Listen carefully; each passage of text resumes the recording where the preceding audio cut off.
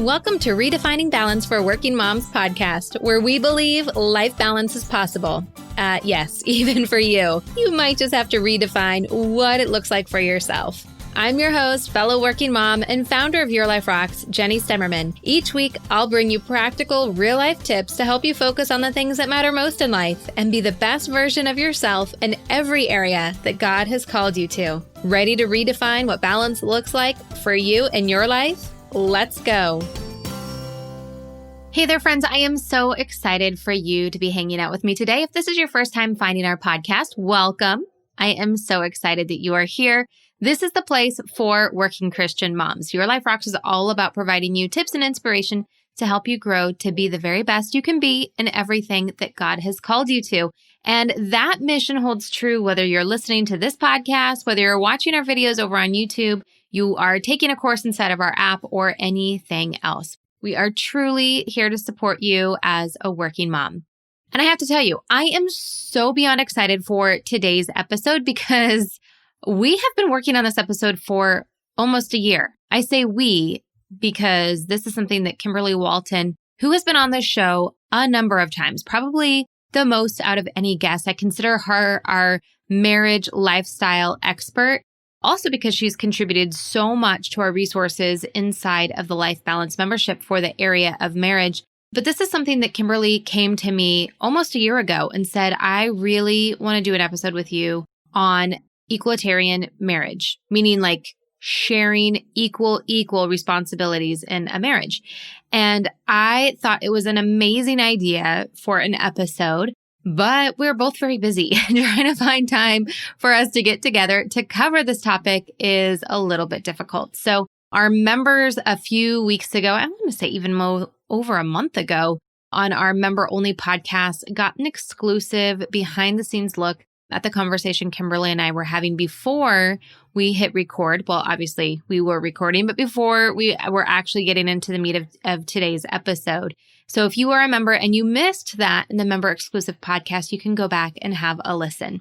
Now, if you missed last week's episode, I urge you to go back and listen to that episode because it really is talking about reclaiming the year of 2020. Although it's been crazy, although it's been nutso of a year, there's still time for us to reclaim and make this the year of the Lord, really making this the year that we put a stake in the ground and turn our focus to God and use Him as a filter in which we do everything else in our life.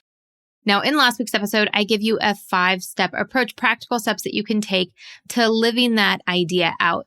And I mentioned in there that we are getting ready to kick off a brand new Life Balance course inside of Life Balance membership. Of course, the Life Balance course has always been the backbone of Life Balance membership. It is the systems that we teach, a 90-day system in helping you create more balance in your life. And we're redoing the course a little bit. So I'm really excited because the changes that we have in the course, the core of it is staying the same. However, I often talk about the differences between a life-changing goal, a lifestyle goal, versus goals in each different area of your life. That might be a career change, if you're moving your house, if you are having some major issues with your marriage or your kids that really need a lot of focus from you. Or it could be something like you want to lose a lot of weight, or there's a serious health concern, like a diagnosis that you really need to be paying attention to. There's a number of things that can kind of be sucking our attention away from other areas of our life. And so we've designed now the Life Balance course to address those things. You can pick one big lifestyle goal to carry you through that 90-day period of time, but still going week by week in the other areas of your life, applying the system that we have. Now, we're also doing it a little bit more prescriptive. So I will be guiding you through what a week focusing on your faith, your marriage, parenting, home, health, finances, career, friends, and fun. I think I might have missed one in there, but all 8 areas of life are guided through in the Life Balance system. So I'm really excited to be doing that with our members. We started at the beginning of September, but it's not too late. You can still join us. Go to lifebalancemembership.com to get started. Now, if you are listening to Kimberly Walton and I for the first time, let me just tell you a little bit about who she is. Kimberly is a marriage mentor, speaker, writer, and a women's retreat leader who specializes in working with Christian women to create and nurture wildly successful marriages. She is the founder of Cherished Wives International, a coaching practice dedicated to strengthening marriages and increasing intimacy and connection through her unique In Love approach. The In Love program addresses the 6 principles that are part of a successful marriage by focusing on the whole person and taking a wholehearted approach. The thing I love about Kimberly is that 1, she's super funny. 2, she's super real. And 3, she is just so full of wisdom and life experiences and really knows what she's talking about. And the reason why I'm so excited about this topic is it is like the number one thing I see in Facebook groups. It's the number one thing I hear about from other moms. And I've even experienced this myself where I feel like I am doing everything. And I just want my husband to help out. I want him to do more. And sometimes I wonder, like, should we have a 50-50 marriage? And this is exactly what Kimberly and I are going to be discussing in today's episode. So I'm really excited for you to have a listen. So without further ado, let me get into my interview with Kimberly.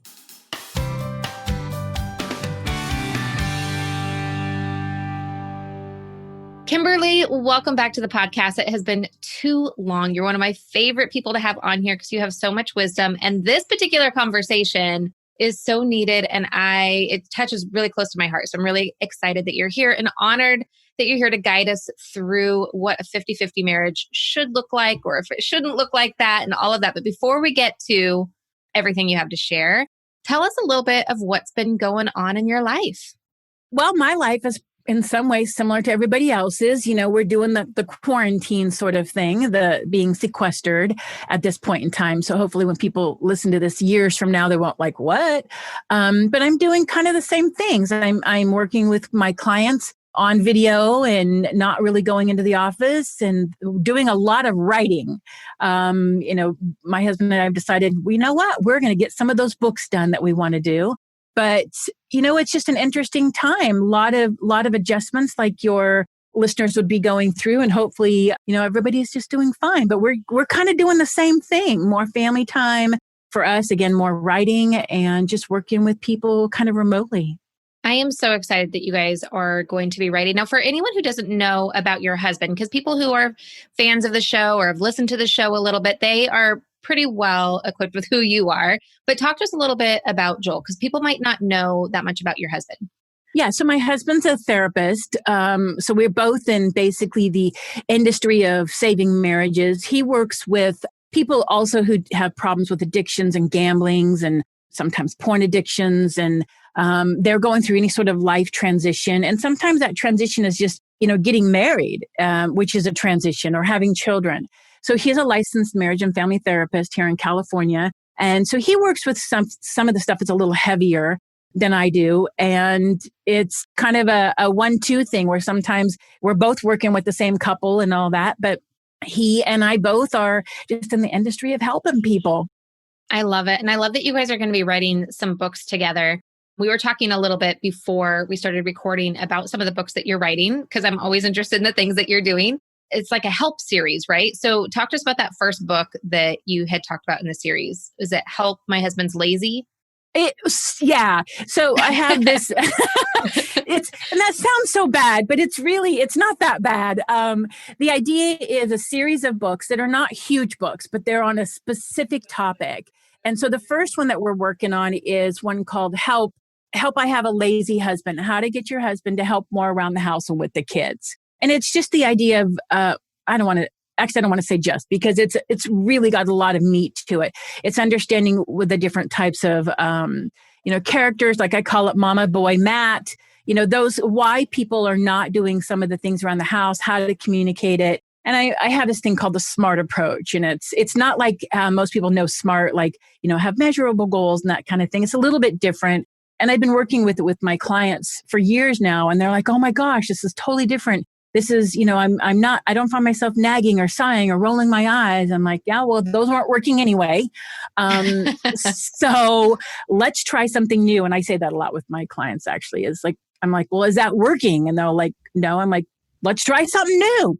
If that's not working, let's try something new. So that's the first one that we are working on. I'm about, I think it's about 12,000 words into it. So I'm hoping to just double that. I don't want it to be a huge undertaking, but my kind of beta testers with some of my clients. And if any of your listeners want to give impact or they want to be willing to be interviewed or anything like that, I would have them email me. They can email me at hello@cherishedwives.com.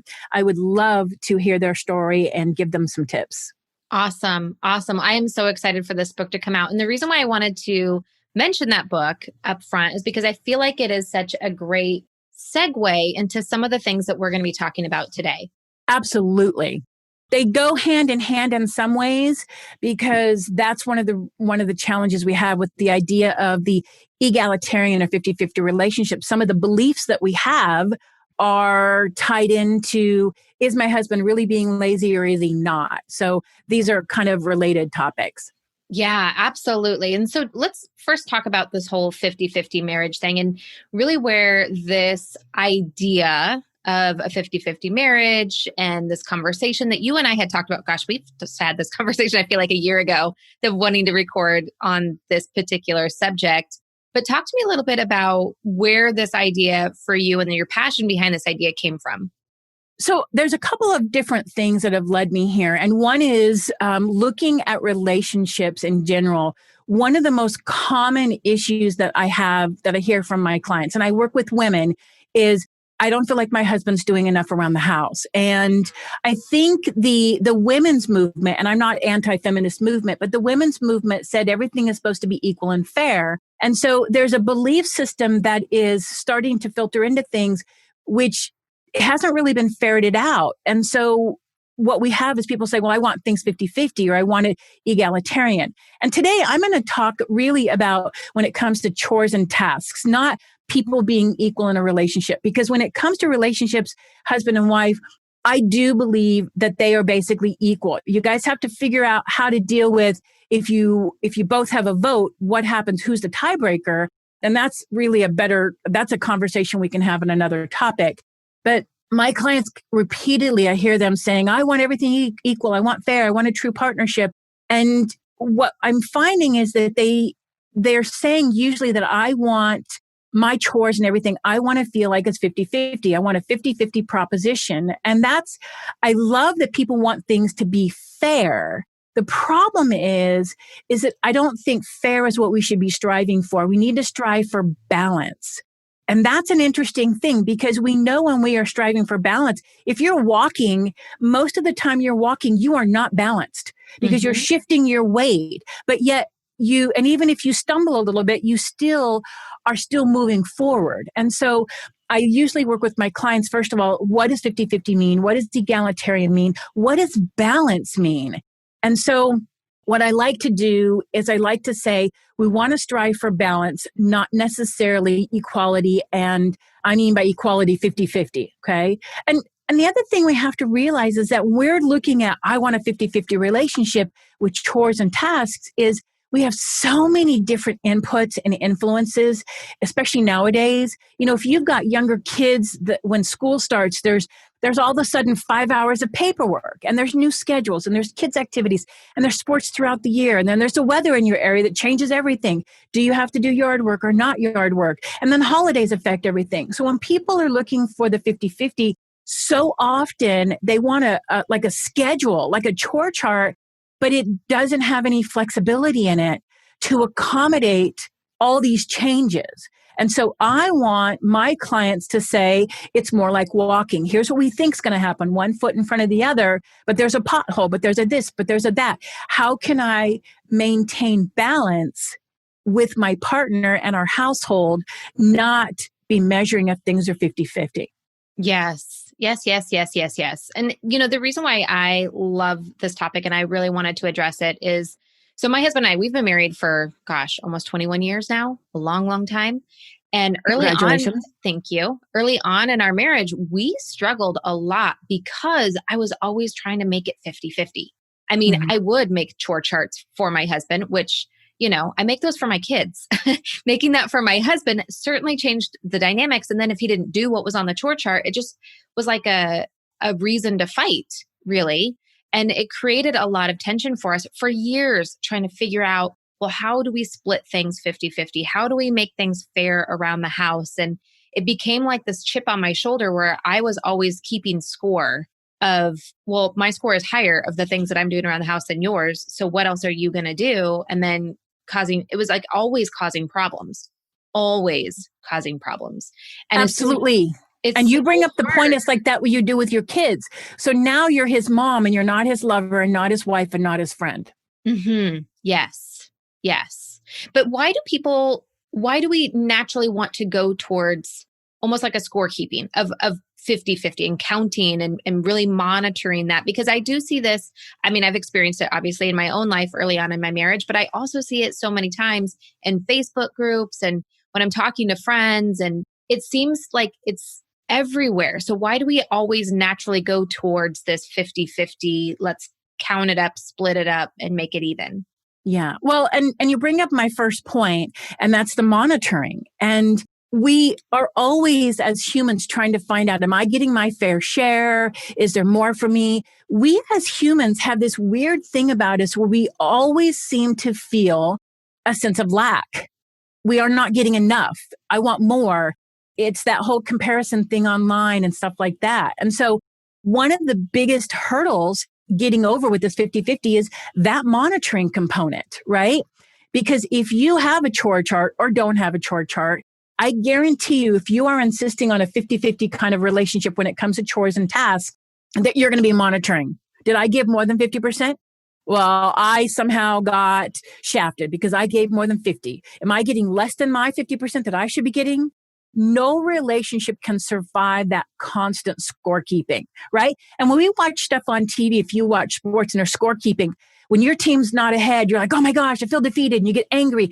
And all of these icky feelings, never are they the wonderful feelings. All those things start bubbling up, right? Because we also then get into comparison. So if you're in the position where you're constantly judging and criticizing your mate's performance, did they give 50? Did they give the 50 they were supposed to? There's no flexibility.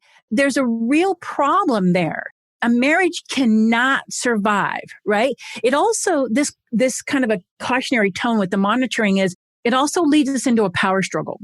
Mm-hmm. This is where both parties start vying for control and to dominate. And if your husband doesn't feel like he can achieve, the only thing he can do is basically sit on the couch and do nothing. It's like, I get to win because I didn't have to listen to you, or I get to win because I get to be resistant.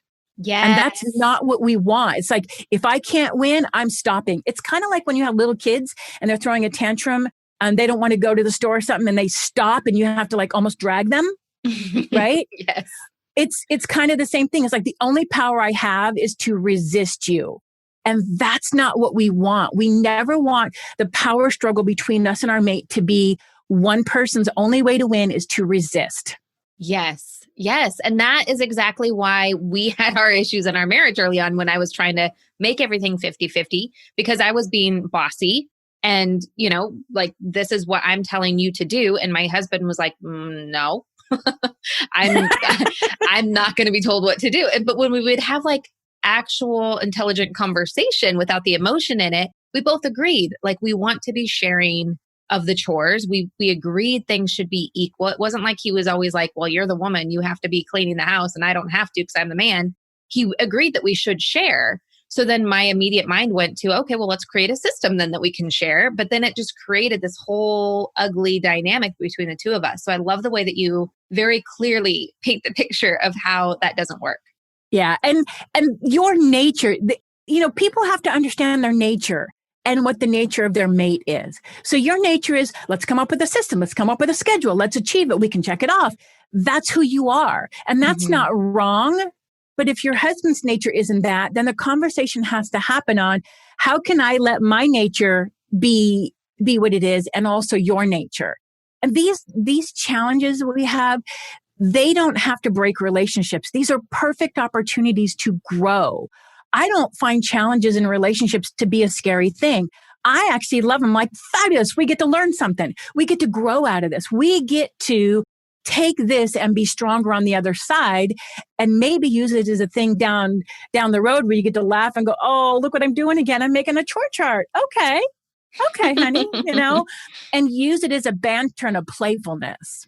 I love it. I love it. It's so good. And it is a learning experience. I mean, now my husband and I, we work together, and my nature is very much alive in our business and what we do. And in my work, I plan everything, and I've got, my project management software all lined up, and I have systems in the way in which I run the day. But early on in my marriage, doing this, knowing that this kind of stuff doesn't work for my husband, I don't expect him to log into our project management software and mark things off.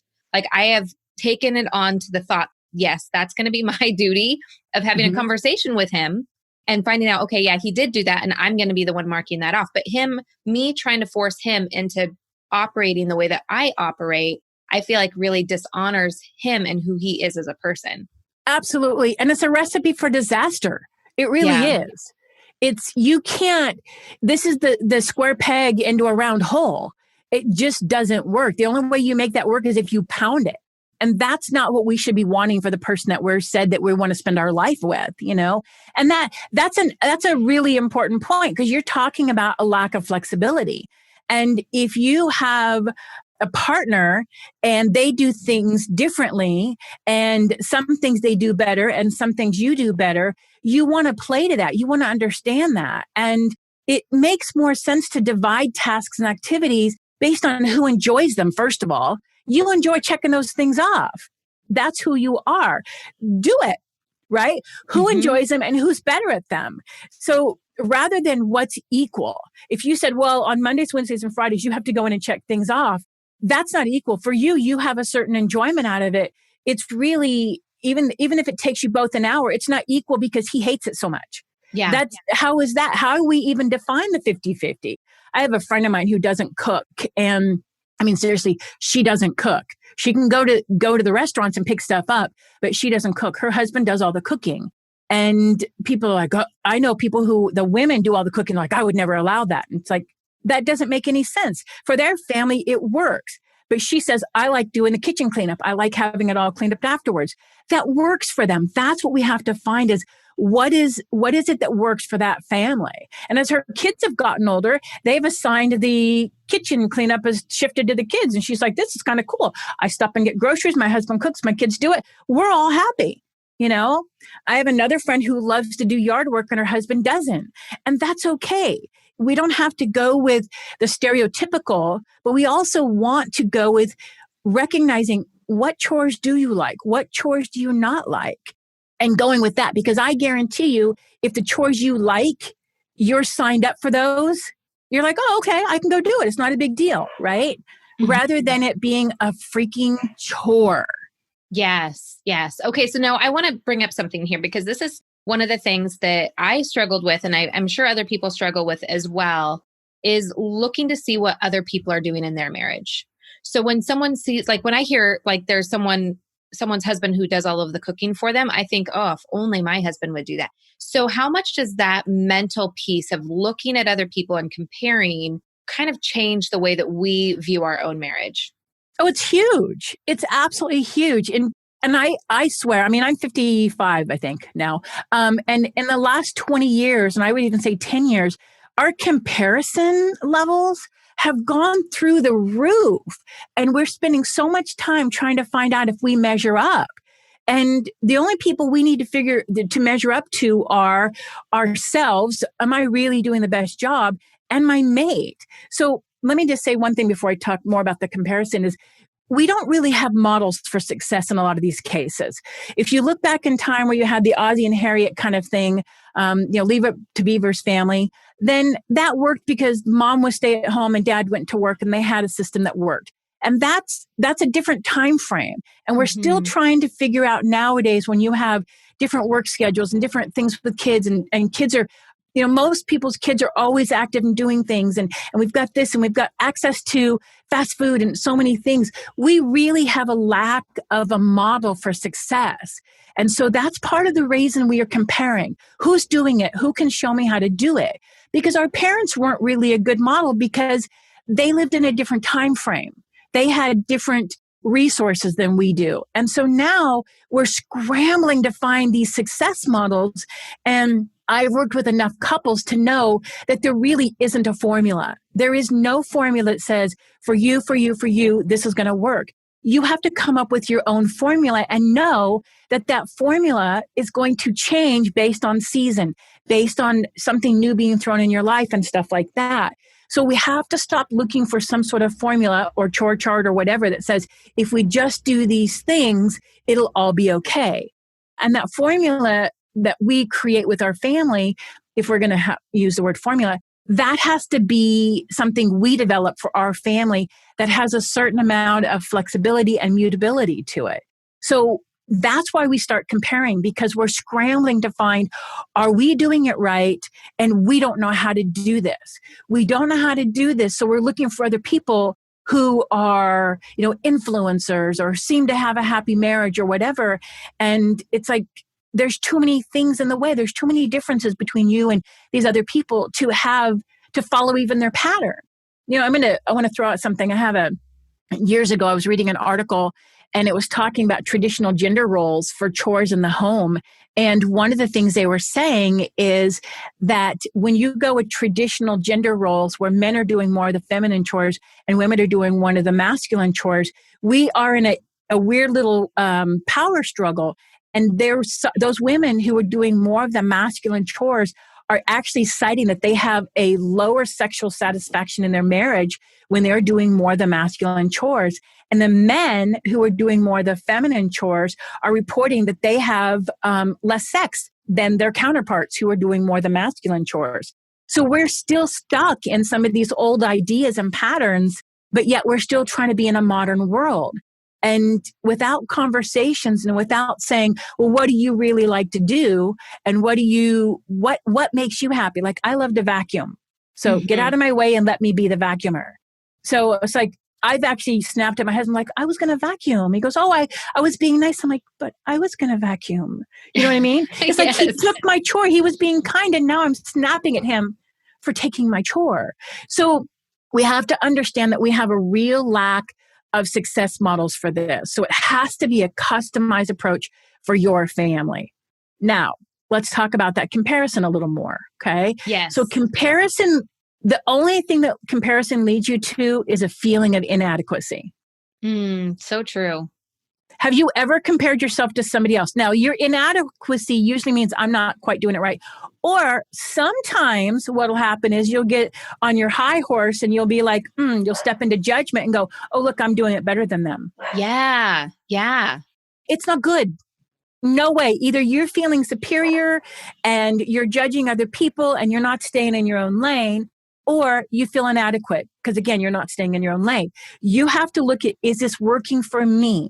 Is this working for me and my family? If it is not, then let's adjust it. If it is, then quit paying attention to what everybody else is doing, because you're looking at what they're doing on social media. And I know, and we've said this before, I know what people put on social media because I've had clients put stuff up and it's like, you were just in my office yesterday and you're threatening to leave your husband. And now you have a family picture up talking about how grateful you are. You're a fraud.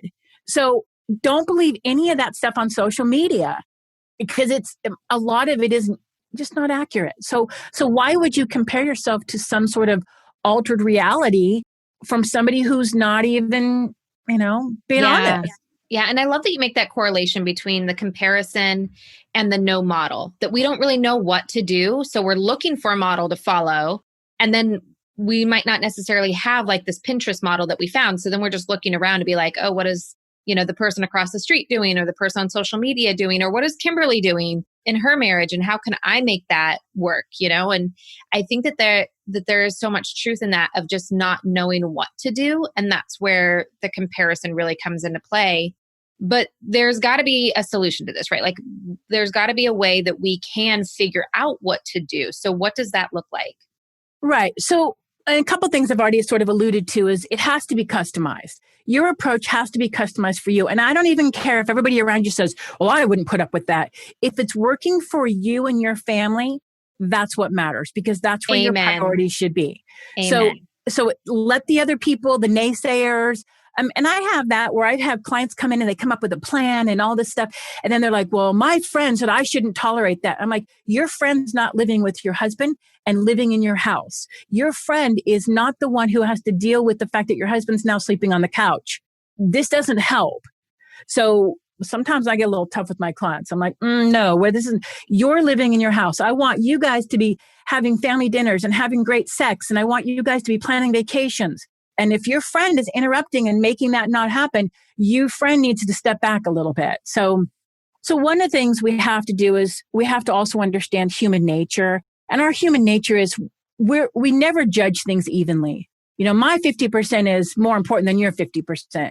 And my 50% is more than you gave. We both did the job, but I'm going to find all the little ways you didn't get it done properly, partly because it wasn't done my way, right? Yes. It wasn't done the way I did it. Absolutely.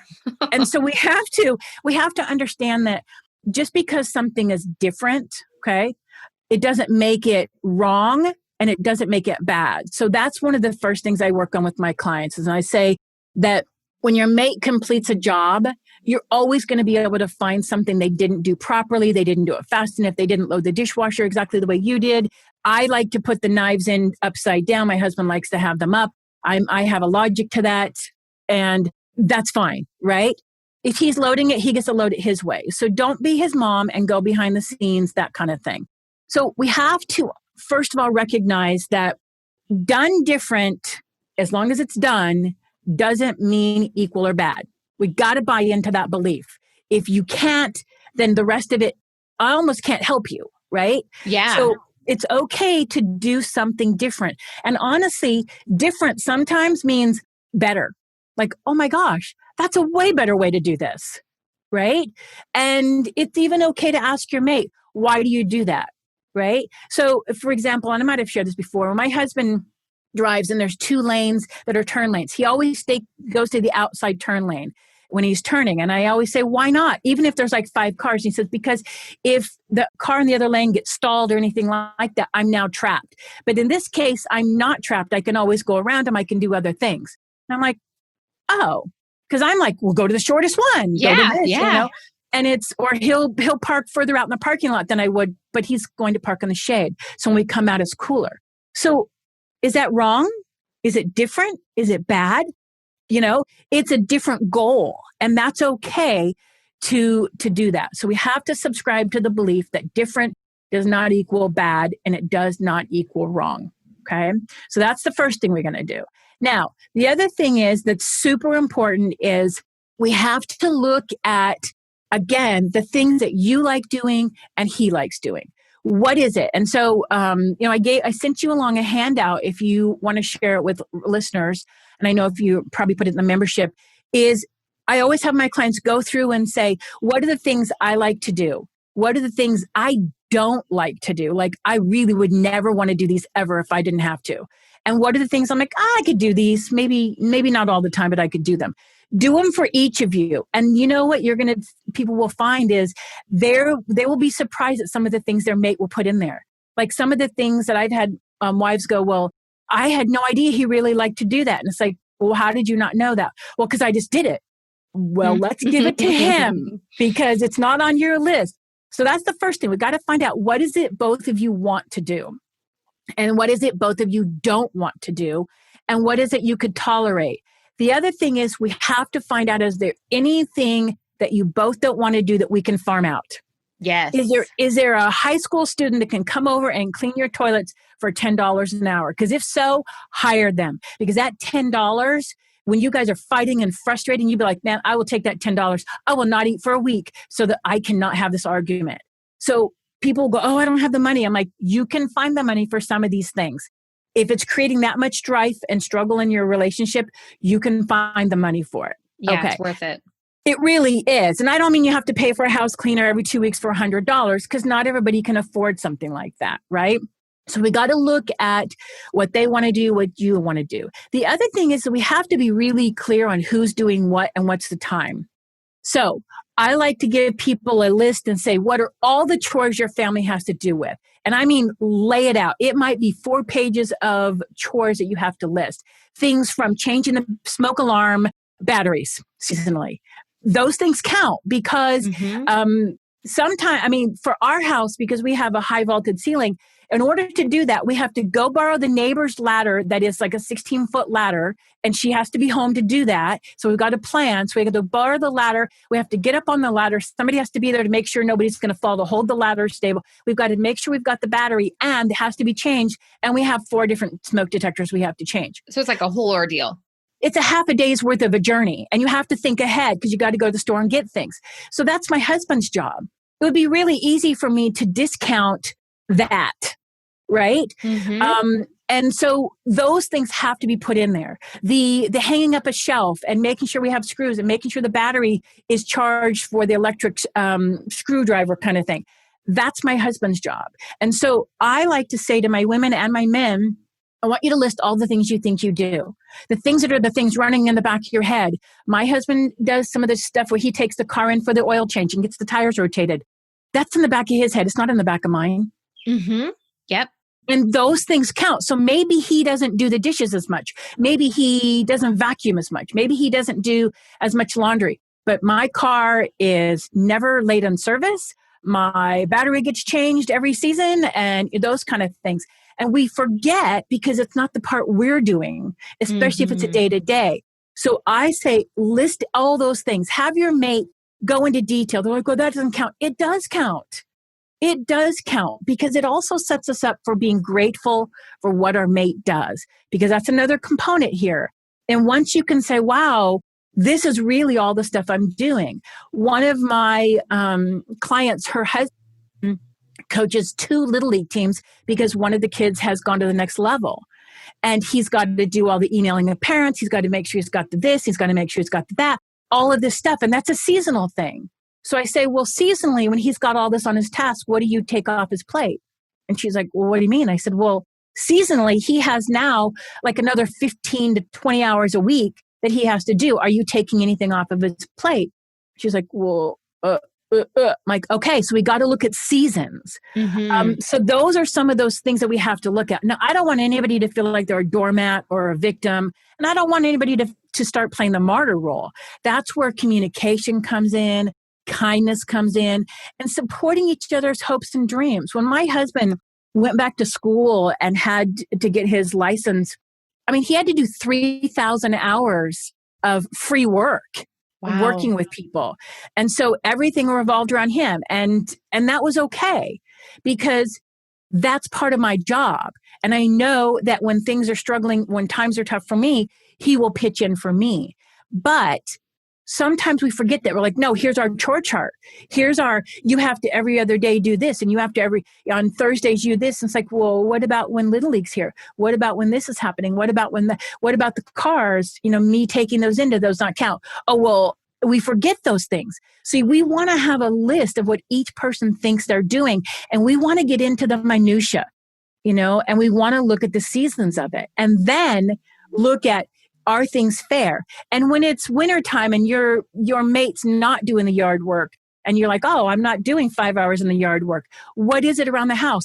Have they shifted inside to where they're repairing, nail holes in the wall? What are those things? And what does it take to make those things happen? Do I have to go to the store and buy supplies? Dinner isn't just cooking for an hour. Dinner is also planning it and going to the store. Cooking for a half an hour involves 3 hours of time, right? Mm-hmm. And packaging it up and making extra for freezing or whatever people's patterns are. So those are some of the things that we have to look at. Now, I guarantee people are going to have setbacks and trials and hurdles and weak moments. But if both partners say, I want to give 100%. Now, 100% to me means at any given moment, I'm giving my best. If not like you have 7, if both partners say, I'm going to give 100%, know that sometimes the best you can give to an outsider is going to look like you only gave 10% because they don't know what's going on.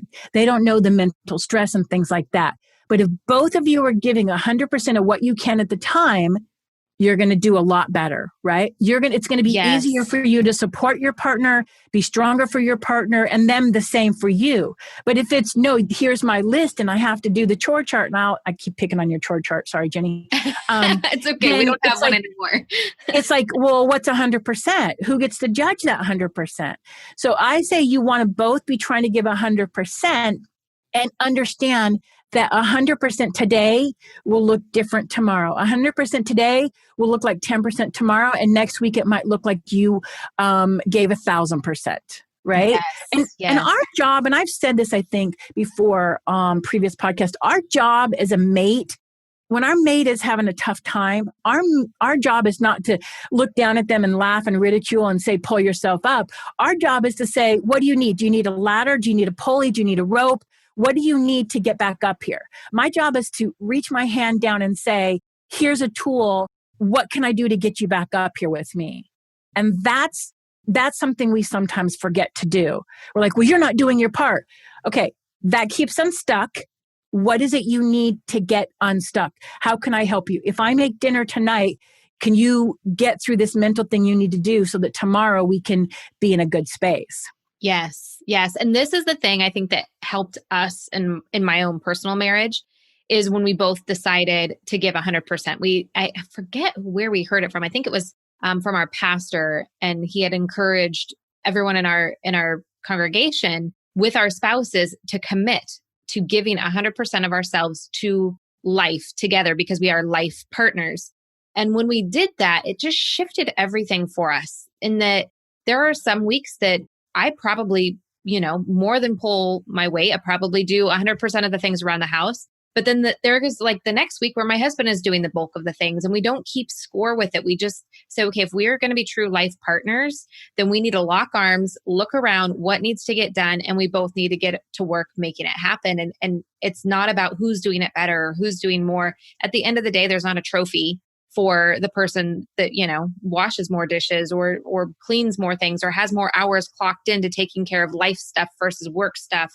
But when we both kind of took that approach, and it wasn't like a light bulb thing, it was just like, or a light switch thing, where it was like all of a sudden everything was better. It took us years of like working at that to be able to communicate with each other and what it is that we needed. But it was that commitment that we're both giving 100% to our marriage and to our life together that kind of changed things for us.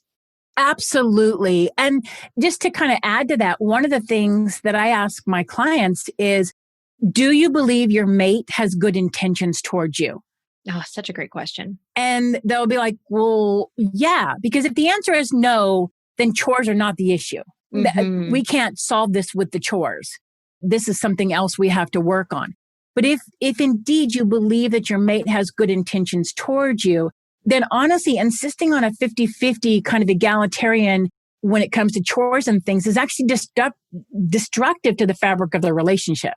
Because then you go into scorekeeping and you've got this possibility that one of either of you is going to feel inadequate and a lack because you're failing to hold up your side or they're failing to hold up their side. And so you have to ask yourself, does my mate have good intentions towards me?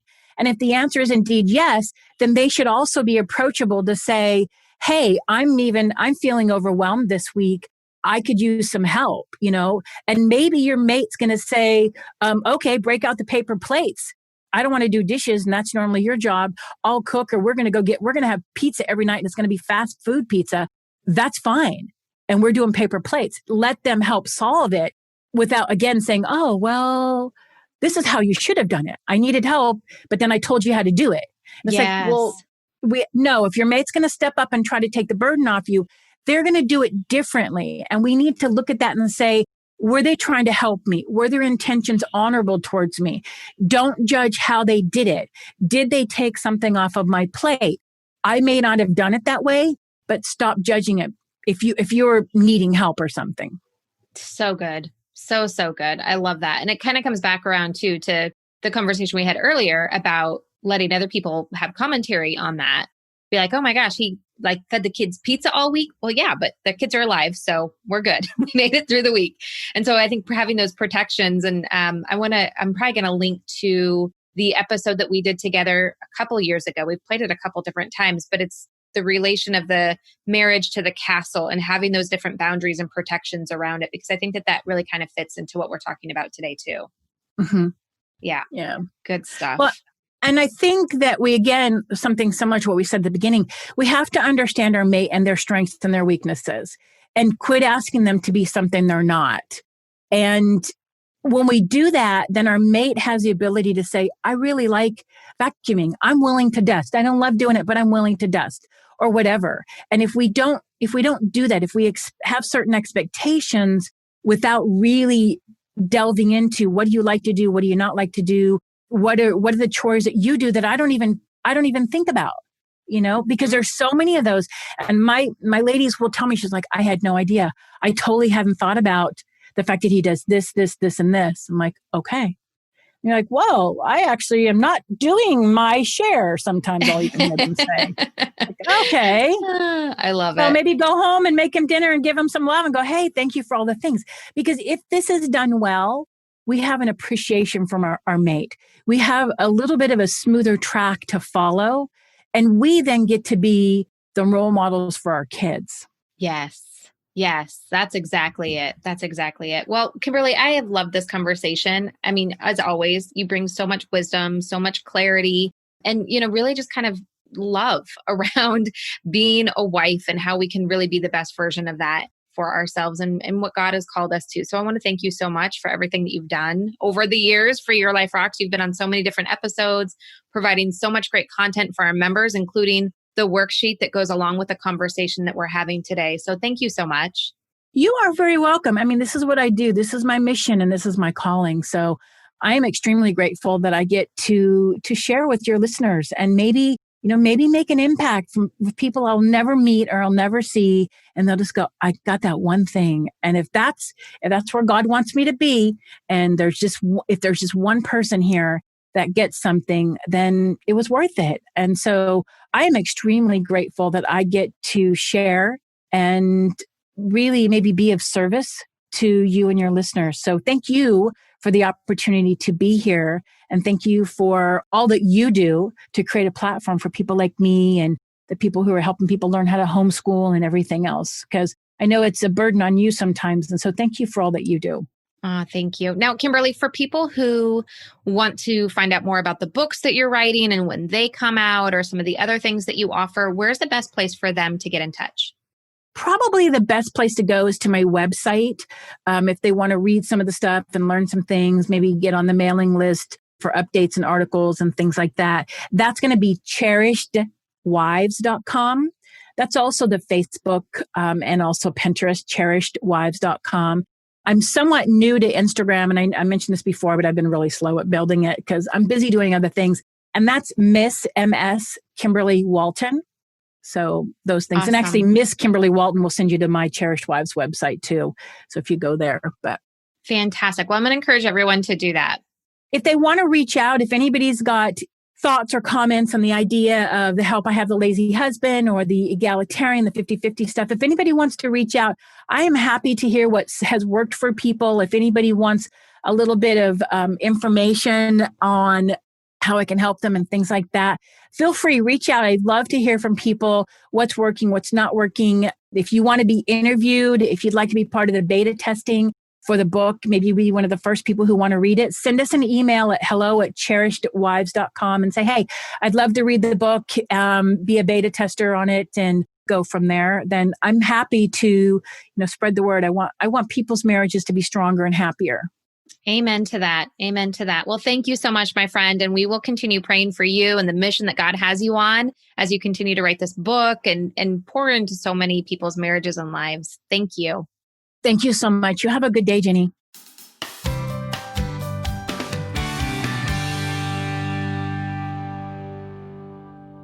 Friends, I hope that this episode with Kimberly just blesses you in so many ways. Kimberly is certainly a gem. And if you go on over to YouTube, you can go to yourliferocks.com/YouTube to find our YouTube channel, or just search in YouTube for Your Life Rocks.